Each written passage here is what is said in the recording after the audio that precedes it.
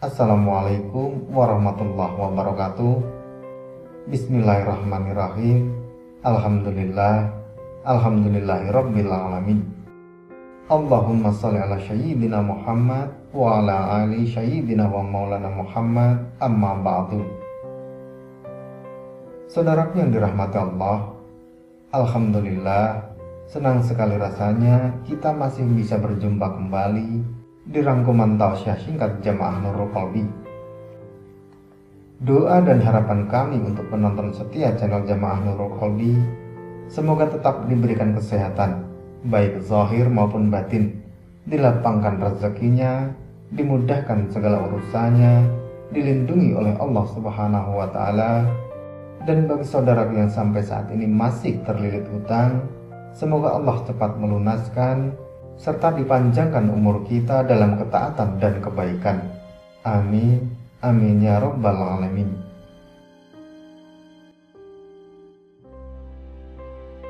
Penonton channel Jamaah Nurul Qalbi yang dirahmati Allah, kita semua sadar bahwa hidup merupakan sebuah misteri yang tidak dapat kita duga seperti apa nantinya. Oleh sebab itu, supaya hidup kita menjadi jelas dan ada tujuan, Allah memerintahkan kepada hambanya untuk selalu berdoa dan memohon hanya kepada Allah. Lalu bagaimana tata cara berdoa supaya langsung dikabulkan oleh Allah?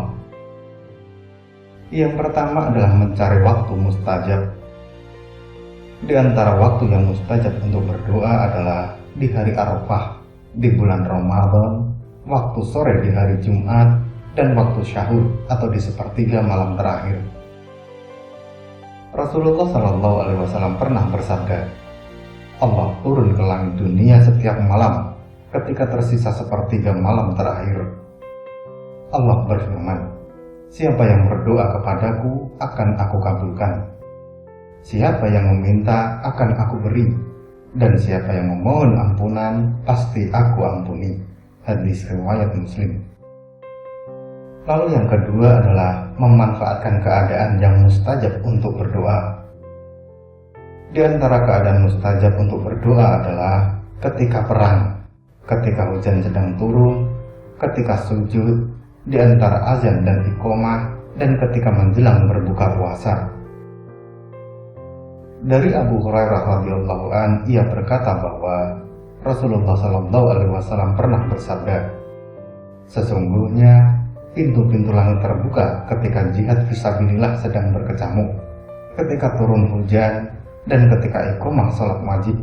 Manfaatkanlah untuk berdoa ketika itu. Begitu juga dengan sabda Rasulullah yang lain, keadaan terdekat antara hamba dengan Tuhannya adalah ketika sujud, maka perbanyaklah berdoa. Hadis riwayat Muslim. Lalu yang ketiga adalah menghadap kiblat dan mengangkat tangan. Dari Jabir radhiyallahu an, ia berkata bahwa Nabi SAW ketika berada di padang Arafah, beliau menghadap kiblat dan beliau terus berdoa sampai matahari terbenam. Hadis riwayat Muslim.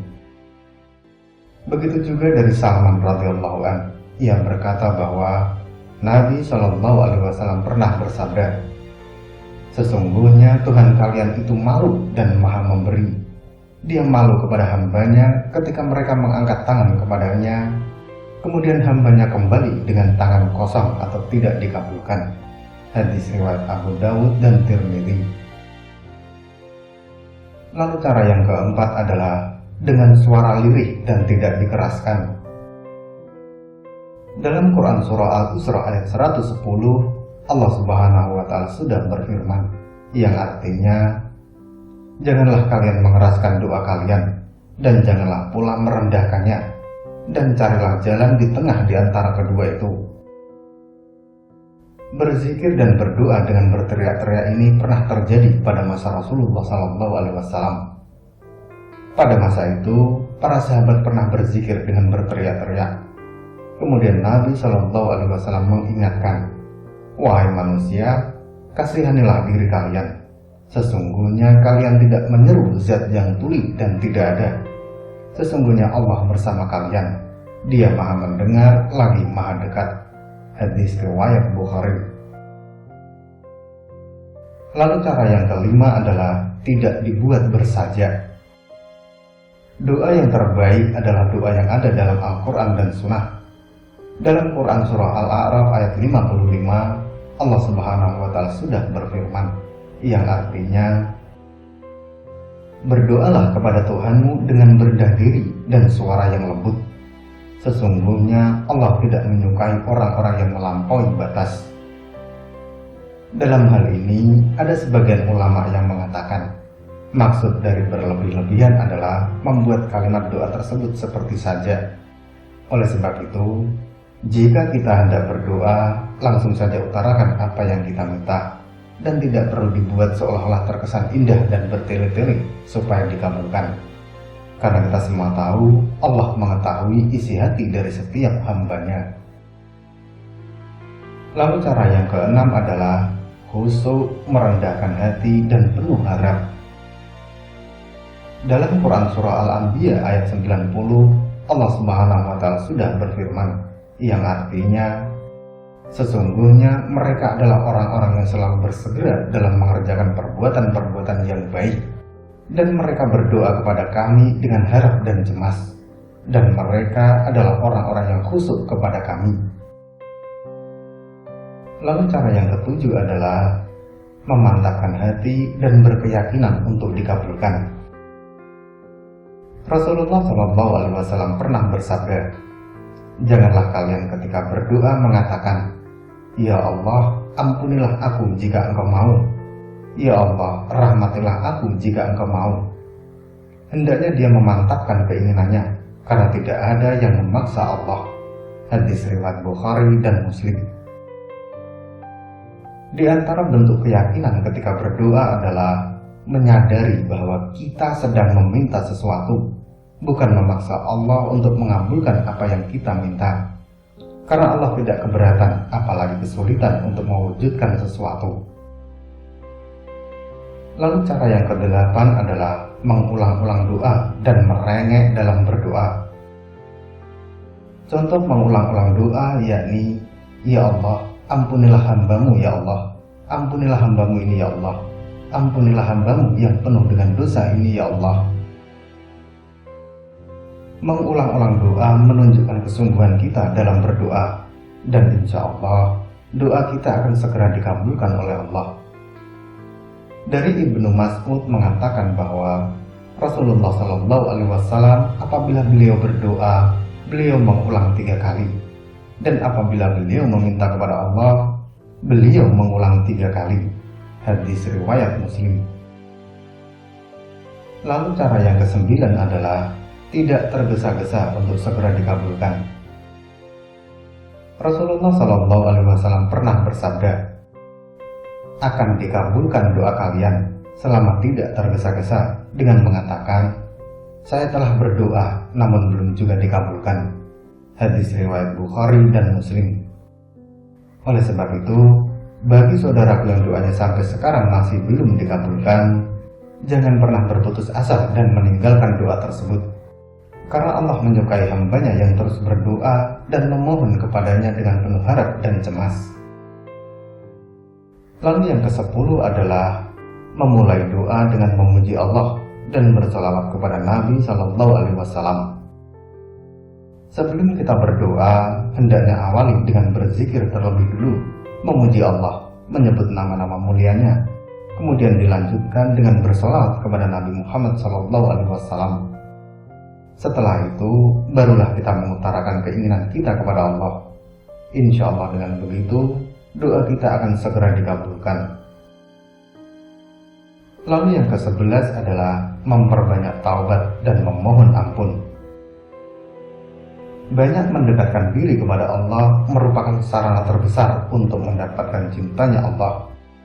Karena jika kita sudah dicintai Allah, maka doa apapun yang kita minta, insya Allah akan segera dikabulkan. Bahkan yang tidak kita minta pun akan Allah kasih untuk kita. Dan di antara amal yang sangat dicintai Allah adalah memperbanyak taubat dan beristighfar. Dari Abu Hurairah yang berkata bahwa Rasulullah SAW pernah bersabda, tidak ada ibadah yang dilakukan hambaku yang lebih aku cintai melebihi ibadah yang aku wajibkan. Ada hambaku yang sering beribadah kepadaku dengan amalan sunnah sampai aku mencintainya. Jika aku mencintainya, maka jika dia meminta kepadaku, pasti aku berikan. Dan jika meminta perlindungan kepadaku, pasti aku lindungi. Hadis riwayat Bukhari. Lalu yang ke-12 adalah menghindari makanan dan harta haram. Makanan yang haram dan harta yang didapat dengan cara haram menjadikan sebab tertolaknya doa kita.